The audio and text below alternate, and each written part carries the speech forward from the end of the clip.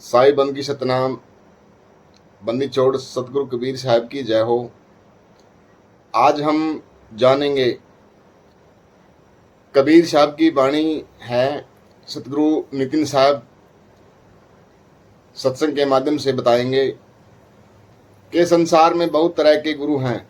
लोगों को पैसे के चक्कर में भरमा रहे हैं।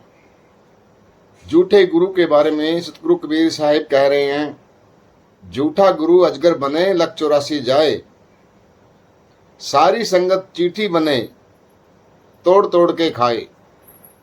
जो झूठे गुरु हैं, कबीर साहब ने उनके बारे में बताया है कि वो लख 84 में 100% जाएंगे और जब वो अजगर बनेंगे तो चीटियां उनको तोड़ तोड़ के नोच नोच के खाएंगी।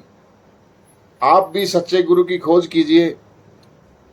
सतगुरु साहिब भी कह रहे हैं कि जब तक सच्चा गुरु नहीं मिलता तब तक आप गुरु की तलाश में रहिए। तो आज नितिन साहब जी वाणी के द्वारा क्लियर करेंगे सच्चा गुरु क्या होता है और झूठा गुरु क्या होता है।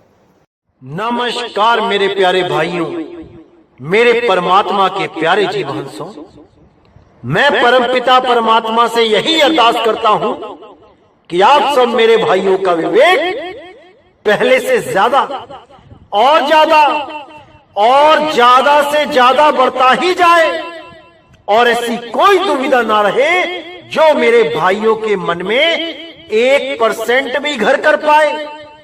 हर चीज बिल्कुल क्रिस्टल क्लियर होती चली जाए, सारी दुविधाएं खत्म होती चली जाएं और परमात्मा के दर का रास्ता बिल्कुल साफ दिखाई देने लग जाए। मैं बस यही अरदास करता हूं अपने मालिक से। तो मेरे भाइयों, आज का जो मैं सत्संग करने जा रहा हूं ये बहुत इंपॉर्टेंट है, क्योंकि बहुत से काल के दूत इतने ज्यादा एक्टिव हो गए हैं कि आप सबको भ्रमित करने में कोई कसर नहीं छोड़ रहे। संतों की वाणियों का अर्थ का अनर्थ करके आपको ऐसा भ्रमित किया जा रहा है कि अगर सही वक्त पे आपको मार्गदर्शन नहीं दिया गया तो हो सकता है आपके मन में भी शंका का बीज उत्पन्न हो जाए, और अगर एक बार वो बीज उत्पन्न हो गया तो मेरे भाई बिना पेड़ बने वो नहीं रह पाएगा। इसीलिए आज के सत्संग के माध्यम से मैं उस बीज का ही नाश कर देना चाहता हूं जो ये काल के दूत आपके मनों में ये बीज फेंक रहे हैं, ये शंका रूपी बीज फेंक रहे हैं। आज इन बीज का सर्वनाश कर दिया जाएगा। आज इस बीज को सदा सदा के लिए खत्म कर दिया जाएगा, ताकि ना रहेगा बीज और ना बनेगा पेड़। क्योंकि इन लोगों ने अब हद कर दी है, वाणियों का अर्थ का अनर्थ कर करके लोगों को भ्रमित करने में लगे हैं और फिर उसी त्रिकुटी में ले जाने की बातें करते हैं जहां जाकर कोई भी साधु सिद्ध कोई भी पार नहीं हो पाया। जो एक बार भी त्रिकुटी में चला गया मेरे भाई इस भूल भलैया से बाहर नहीं निकल पाया। इसी भूल भलैया में ही मन और माया ने उसको ऐसा नाच नचाया कि वो लख 84 में चला गया।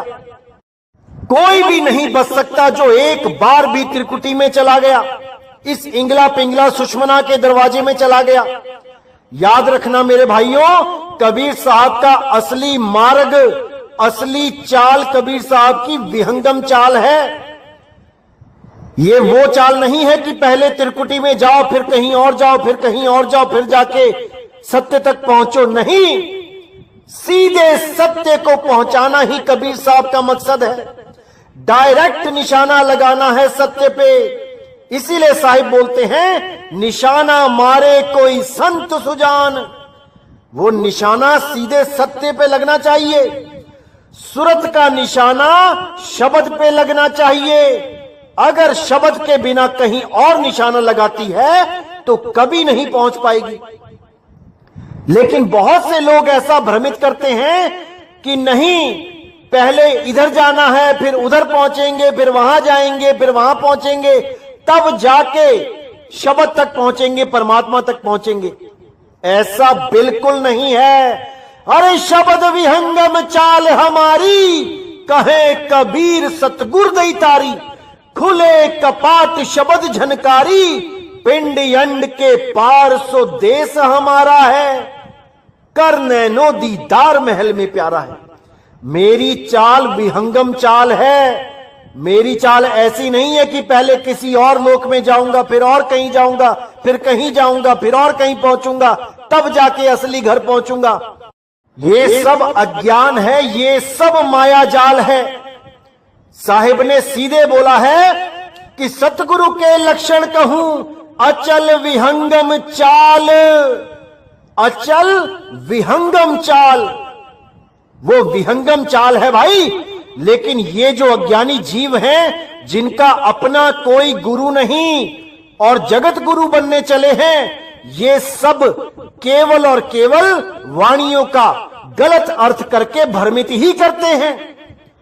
तो आज इस गलती को सुधारेंगे और परमात्मा से दुआ करेंगे कि इन लोगों को भी मालिक सद्बुद्धि दे, उन वाणियों के शब्दों के भाव को पकड़ने की सक्षमता दे, ना कि केवल अक्षरों को पढ़ के उसी पे अंदाजा लगाना शुरू कर देते हैं। ये लोग बिल्कुल गलत है। आज आपको त्रिवेणी के बारे में सारा कुछ बताया जाएगा। क्या बोला है संतों ने, क्या है वो त्रिकुटी, आज इसका भेद खोला जाएगा। और उम्मीद है कि आज का सत्संग सुनने के बाद कोई भी दोबारा त्रिकुटी के, भ्रकुटी के, त्रिवेणी के नाम पे भ्रमित नहीं होगा, बिल्कुल नहीं होगा। तो आइए देखते हैं क्या कहती है वाणी। कोई ऐसा देखा सतगुरु संत सिपाही, यानी कि मैंने हजारों लाखों करोड़ों संत देखे जो संत बने घूम रहे हैं, लेकिन उनमें से कोई ऐसा नहीं देखा। कैसा नहीं देखा वो नीचे समझाया जा रहा है। ब्रह्म तेज की प्रेम कटारी, धीरज ढाल बनाई, त्रिकुटी ऊपर ध्यान लगाई, सुरत कमान चढ़ाई। यानी जिसके पास परमपिता परमात्मा का पूर्ण ज्ञान हो, वो अनमोल ज्ञान उसके पास हो और उसी ज्ञान के बल पे वो सब अज्ञान को धराशाही करता चला जाए, लेकिन प्रेम से, यानी कि वो किसी अज्ञान को टिकने ना दे और ना ही किसी अज्ञानी को टिकने दे, क्योंकि उससे जीवों की हानि होती है। लेकिन फिर भी उसके दिल में सबके लिए प्रेम हो। वो यही चाहता हो कि जो अज्ञानी जीव है, जो ये काल के दूत भरमाने के लिए बैठे हैं, इनका भी कल्याण हो जाए, ये भी मूल ज्ञान को समझ जाएं और अपना कल्याण करें, ना कि दूसरों को भी उलझाएं और खुद भी पाप के भागीदार बने। इसीलिए साहिब ने बोला, झूठा गुरु अजगर बने, 184 जाए, सब संगत चींटी बने, नोच नोच के खाए। ये जितने झूठे गुरु बैठे हैं, अधूरे गुरु बैठे हैं, ये सब अजगर जून में जाएंगे। और इनकी जो लाखों करोड़ों की संगत है, जो इस झूठे ज्ञान को ही सत्य ज्ञान मान के बैठी है, जो हमारे सत्संग सुनने के बाद भी इतनी हिम्मत नहीं जुटा पा रही है कि उस अधूरे गुरु को छोड़ के आगे बढ़ जाएं, वो सब चींटी बनेंगे और अगली जून में जाएंगे, 84 लाख में जाएंगे और उस गुरु को, उस अजगर को नोच नोच के खाएं। उसको नोच नोच के खाएंगे, इसलिए खाएंगे कि उस गुरु ने इनका मनुष्य चोला बर्बाद कर दिया, इनका मानुष जन्म बर्बाद कर दिया। आज तो ये कुछ नहीं कह सकते उस गुरु को, क्योंकि ये सारे गुरु अभी तो जेड सिक्योरिटी में बैठे हैं, बड़े बड़े गनमैन लेके बैठे हैं, बहुत सारे बॉडीगार्ड लेके बैठे हैं। लेकिन जब ये गुरु अजगर बन के जंगल में अकेला लेटम लेट कर रहा होगा, तब चींटियां आके इसको तोड़ तोड़ के खाएंगी, तब इसको कोई बचाने वाला नहीं होगा और ये पल पल रोएगा, अरदास करेगा मालिक से कि हे मेरे मालिक मुझे बचाओ। अगली बार मैं किसी का जन्म बर्बाद नहीं करूंगा। तो भाई वैसा समय आ जाए उससे पहले ही चेत जाओ, नहीं तो कुछ हाथ पल्ले नहीं रह जाएगा। अभी ये सत्संग किया जा रहा है, इसको समझो बूझो और सत्य को जान जाओ, सत्य को परख लो। नहीं तो अगर एक बार ये समय हाथ से निकल गया तो कुछ नहीं बचेगा मेरे भाइयों, कुछ नहीं बचेगा। अभी मनुष्य चोला मिला है, पूरा विवेक कर लो, पूरा ज्ञान समझ लो, ये बार बार मौका नहीं मिलेगा। तो कहते हैं ब्रह्म तेज की प्रेम कटारी, धीरज ढाल बनाई, यानी वो ब्रह्म तेज की कटारी से सारे अज्ञान को काट देगा, लेकिन फिर भी सबसे प्रेम करेगा, सबका भला चाहेगा। धीरज ढाल बनाई, यानी उसके पास जो ढाल होगी वो धीरज की होगी। उसको बहुत से लोग उलट पुलट बोलेंगे, गालियां देंगे, उसको बदनाम करने की कोशिश करेंगे, ऊंचा नीचा बोलेंगे, पूरा जोर लगा देंगे कि वो क्रोध में आ जाए, लेकिन धीरज ढाल बनाई, उसकी ढाल धीरज होगी। वो कभी किसी को पलट के जवाब नहीं देगा, भले उससे कोई 100 गालियां निकाल दे। लेकिन अगर कोई जीवों की हानि करेगा, जीवों को 84 में ले जाने की बात करेगा, झूठा ज्ञान देने की कोशिश करेगा, तो वो बख्शेगा भी नहीं, क्योंकि उसके पास प्रेम कटारी भी है। तो आगे कहते हैं त्रिकुटी ऊपर ध्यान लगाई, सुरत कमान चढ़ाई। अब ये जो त्रिकुटी है, जो सामने लिखा दिख रहा है, इसको पढ़ के ही लोग भ्रमित हो जाते हैं कि कबीर साहब तो त्रिकुटी में जाने की बात कर रहे हैं। बहुत से लोगों से अगर आप इस वाणी का अर्थ पूछेंगे तो त्रिकुटी ऊपर को क्या बोलेंगे ये लोग, कि त्रिकुटी में इतनी शातिराना, इतनी चालाकी से ये वाणी का अर्थ ही घुमा देंगे। ऐसे काल के दूतों से सावधान रहना है मेरे भाइयों, सावधान। कीचड़ के ऊपर और कीचड़ में, इन दोनों में जमीन आसमान का अंतर है। लेकिन इन अज्ञानी लोगों को त्रिकुटी के बाद ऊपर लिखा हुआ नहीं दिखाई दे रहा, ये त्रिकुटी ऊपर को त्रिकुटी में बना देते हैं। यही इन चालाक काल दूतों की शातिराना चाल है। इसको आपने अच्छी तरह समझना है, इनको पकड़ना है। अगर अभी नहीं पकड़ोगे तो कभी नहीं पकड़ पाओगे, और अगर एक बार भ्रमित हो गए तो मेरे भाई दोबारा मौका नहीं मिलेगा सही रास्ता अपनाने का। अभी चेत जाओ, अभी समझ जाओ क्या बताया जा रहा है।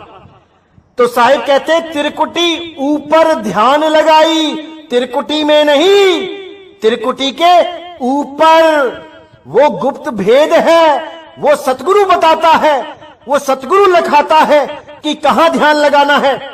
और ये जितने भी अज्ञानी हैं, ये सब त्रिकुटी में ध्यान लगा देते हैं। यही इनकी मूर्खता है और यही इनका 84 में जाने का कारण बनेगा। ये खुद तो जाएंगे ही और साथ में अपने शिष्यों को भी लेके जाएंगे, क्योंकि इनका अपना तो कोई गुरु है नहीं जो इनका कान पकड़ के इनको समझा सके कि तुम गलत सोच रहे हो, तुम गलत भाव पकड़ रहे हो। ये मनमुखी हैं, ये अपने मन के द्वारा चलते हैं, इनका कोई गुरु नहीं है। तो मनमुखी जीव दूसरों को गुरुमुखी नहीं बना सकता, एक मनमुखी दूसरे को मनमुखी ही बना सकता है। ये लोग बात करते हैं कि कबीर साहब का भी कोई गुरु नहीं था, उनको अपने आप से ज्ञान हो गया था, ऐसे ही हमें भी अपने आप से ज्ञान हो गया है। अरे भाई, कबीर साहब का मुकाबला करना छोड़ दो, वो तो बिना मां बाप के आए हैं, बिना लाश छोड़े गए हैं। क्या तुम वो कर सकते हो? तुम बड़ी बड़ी बातें करते हो। ये अज्ञानता भरी बातें करना बंद कर दो। समाज जाग चुका है, नीर चीर का निबेड़ा कर रहा है। अब इन काल दूतों के दाव पेच में कोई भोला जीव नहीं आएगा। हर चीज आज क्लियर कर दी जाएगी, हर चीज समझा दी जाएगी। तो कहते हैं त्रिकुटी ऊपर ध्यान लगाई, सूरत कमान चढ़ाई। अब देखिए, आप खुद विचार कीजिए कि सूरत कमान चढ़ाई। कमान क्या होता है?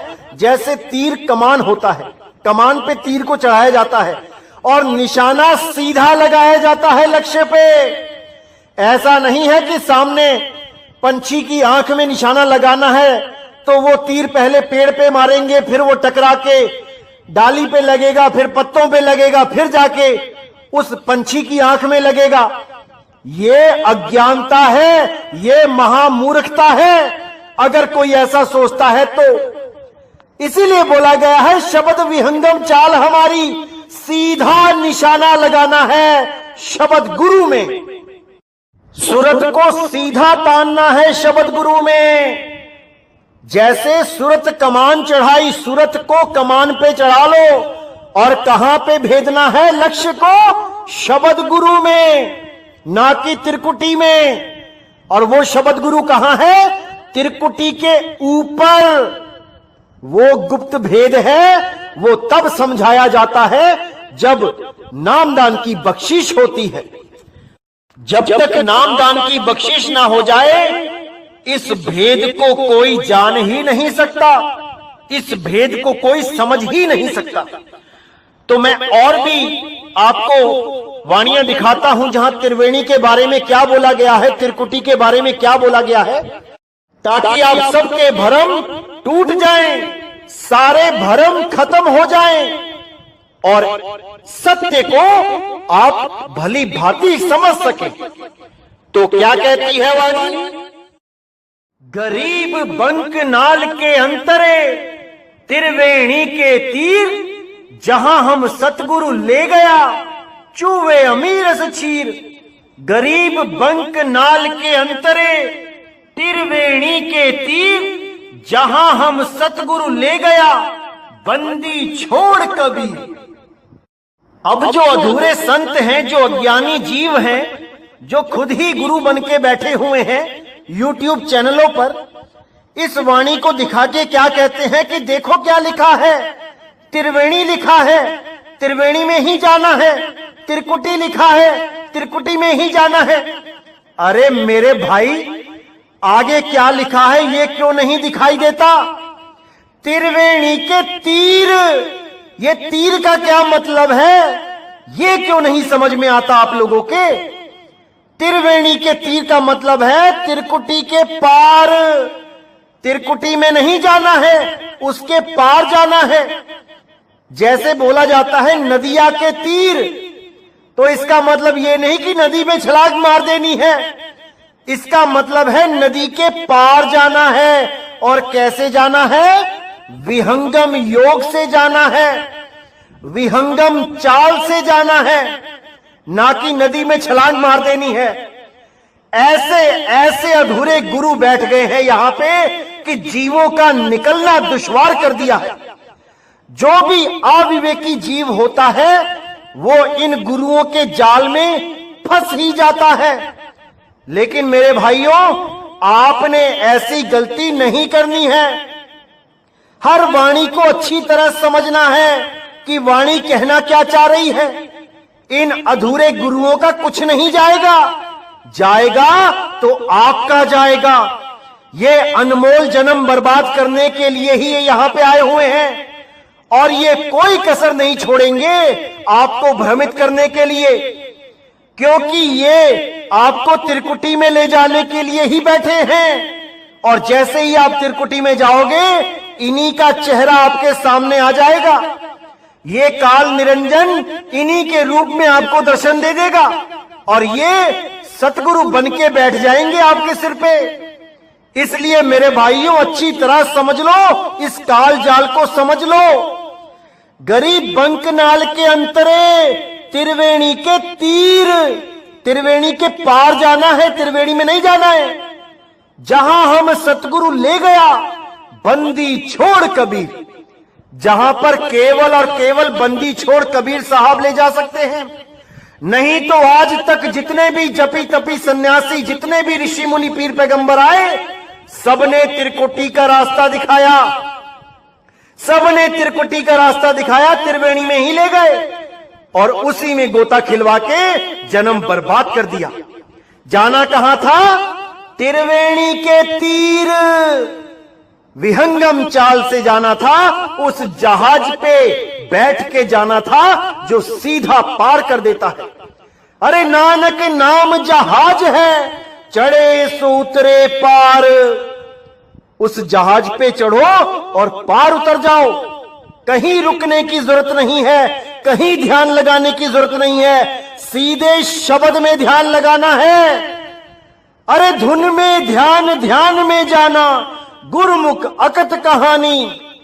उस अखंड नाद को समझ लो मेरे भाई, जो 52 अक्षरों से परे है, जो आदि अक्षर है, इन 52 से परे है। सोई गुरु पूरा कहावे, जो 2 अक्षर का भेद बतावे। एक छुड़ावे एक लखावे, तब प्राणी निज घर को जावे। इन 52 अक्षरों को छुड़वा देवे।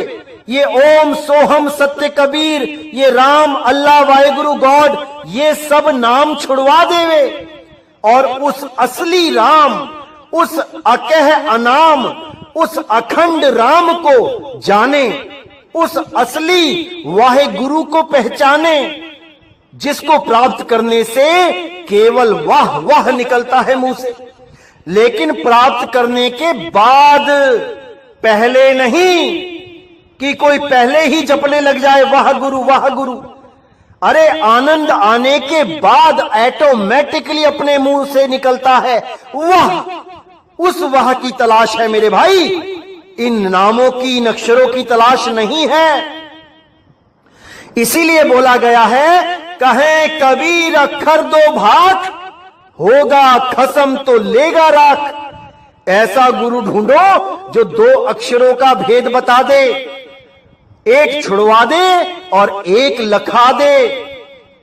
सारे 52 अक्षरों से बनने वाले मंत्र, ये पूजा पाठ, ये सब कुछ, ये तंत्र मंत्र विद्या सब छुड़वा दे और उस आदि अक्षर का लखाव करा दे, जिसके लिए बोला गया, नहीं कबीर नहीं धर्मदासा, अक्षर एक सब घट ही निवासा। वाही सो सत पुरुष कहिए, आदि अंत अक्षर गहे रहिए। उसी अक्षर को आदि अंत तक ग्रहण करके रखना है, तभी मुक्ति मिलेगी मेरे भाई, नहीं तो 184 तैयार है। तो बिल्कुल भ्रमित नहीं होना है मेरे भाइयों, एक एक चीज को समझ जाना है। ये मानुष जन्म अनमोल है, मिले ना बारंबार, तरवर जो पत्ता गिरे बहुर ना लागे डार। ये दोबारा नहीं मिलेगा, इसी जन्म में समझ लो मेरे भाइयों, समझ लो। बार बार कोई समझाने वाला नहीं आएगा, अच्छी तरह समझ लो मेरे भाई। तो इसी त्रिकुटी का जाल तोड़ते हुए गरीबदास जी महाराज फिर कहते हैं, पिंड ब्रह्मांड में सिंध न्यारी कहूं, त्रिकुटी भ्रिकुटी नहीं दसमा। हद बेहद के मध्य निज महल है, रोशनी सेज बिन देख चश्मा। यानी ये पिंड ब्रह्मांड से सिंध न्यारी कहूं, उस परम पिता परमात्मा रूपी सागर को पिंड ब्रह्मांड से न्यारा है वो, उसको न्यारा कह रहा हूं मैं। त्रिकुटी भिरकुटी नहीं दसवां, इस त्रिकुटी भिरकुटी में नहीं है वो कि इस त्रिकुटी में ध्यान लगा के बैठ जाए कोई, सोहम सोहम जपने लग जाए। इससे कुछ नहीं मिलने वाला भाई, जन्म बर्बाद ही होना है। तो कहते हैं पिंड ब्रह्मांड में सिंध न्यारी कहूं, त्रिकुटी भ्रिकुटी नहीं दशमा। यानी 10वें द्वार पे भी पहुंच गए तब भी मोक्ष नहीं है, मुक्ति नहीं है। हद बेहद के मध्य निज महल है, रोशनी सेज बिन देख चश्मा। यानी हद और बेहद के मध्य में है वो। हद यानी ये शरीर और बेहद यानी ये ब्रह्मांड, जितना भी दिखाई दे रहा है ये बेहद है, इसका कोई हद नहीं है। जितना मर्जी आगे जाते चले जाओ, इसका कोई आखिरी पॉइंट नहीं मिलने वाला, क्योंकि ये माया का ही पसारा है। तो कहते हैं हद बेहद के मध्य निज महल है, ये मध्य क्या है? ये भेद है, ये कोड लगा है। इस कोड को जब खोला जाएगा तभी इस सूरत को अपना असली महल, अपना असली धाम, उसका बोध हो जाएगा। रोशनी सेज बिन देख चश्मा, बिना प्रकाश के वो दिखाई देगा। यानी कि जैसे जितनी भी भौतिक चीजें हैं, इसको देखने के लिए हमें प्रकाश की जरूरत होती है। किसी भी वस्तु का बोध करना है तो प्रकाश की जरूरत पड़ेगी। लेकिन जब सूरत को शब्द का बोध कराना होता है तो वो बिना प्रकाश के ही बोध होता है, यानी बिना देखे वहां नजर नहीं पहुंच सकती। कि कोई सोचे कि एक छुड़ाए एक लखाए का मतलब होता है कि वो लखा देना, दिखा देना। वो देखने दिखाने वाली चीज नहीं है मेरे भाई, वो अनुभव का विषय है, वो आनंद का विषय है। आनंद देखा नहीं जाता, आनंद अनुभव किया जाता है। तो मेरे भाइयों, इस त्रिकुटी के चक्कर में नहीं पड़ना है। ये त्रिकुटी भिरकुटी में कुछ नहीं मिलने वाला। वाणियों को समझो, वाणियों के भाव को समझो, केवल अक्षरों के चक्कर में मत पड़ो। नहीं तो ये अधूरे गुरु ऐसे ही भ्रमित करते रहेंगे और 1,84 में आपको बार बार गोता खाना पड़ेगा। इसीलिए मेरे भाइयों, हर चीज को समझो, विवेक शक्ति को बढ़ाओ। मालिक से अरदास किया करो कि हे परमात्मा, मेरी विवेक शक्ति में बढ़ोतरी करो। मुझे इतना विवेक दे दो, इतना विवेक दे दो कि कोई भी अज्ञानी गुरु मुझे भ्रमित ना कर पाए, कोई भी काल का दूत मुझे भ्रमित ना कर पाए। हे बंदी छोड़, मुझे बस इतनी विवेक शक्ति प्रदान कर दो कि मैं अपना जन्म सफल कर सकूं, इन अधूरे गुरुओं के चक्कर में अपना जन्म बर्बाद ना कर दूं। बस मुझे इतना विवेक दो मेरे मालिक, और मुझे कुछ नहीं चाहिए। तो मेरे भाइयों, अच्छी तरह हर चीज को समझना है। एक एक वाणी में बहुत गहरे रहस्य छुपे हैं। 2020 के अंत तक सारे रहस्य खोल दिए जाएंगे। केवल सृष्टि रचना का बोध नहीं कराया जाएगा, क्योंकि मुझे पता है अभी आगे से आगे बहुत से काल के दूत एक्टिव हो जाएंगे, क्योंकि वो बिल्कुल नहीं चाहते कि इस 3 लोक से कोई एक जीव भी आजाद हो पाए, उस परमात्मा के घर तक पहुंच पाए। वो कभी नहीं चाहते। इसलिए मेरे भाइयों, आपने पूरा सावधान रहना है, एक एक चीज को समझना है, एक एक चीज को जानना है। तो आज का सत्संग यही समाप्त करते हैं। और मेरे प्यारे भाइयों, हर चीज को बहुत गहराई से समझना है आपने। बार बार ये जन्म नहीं मिलेगा, नहीं मिलेगा। तो इसी के साथ मुझे विदा कीजिए। बोलिए सतगुरु बंदी छोड़ सतगुरु सत्य कबीर साहिब की सदा ही जय हो, सदा ही जय हो। मेरे मालिक की साहिब बंदगी सतनाम।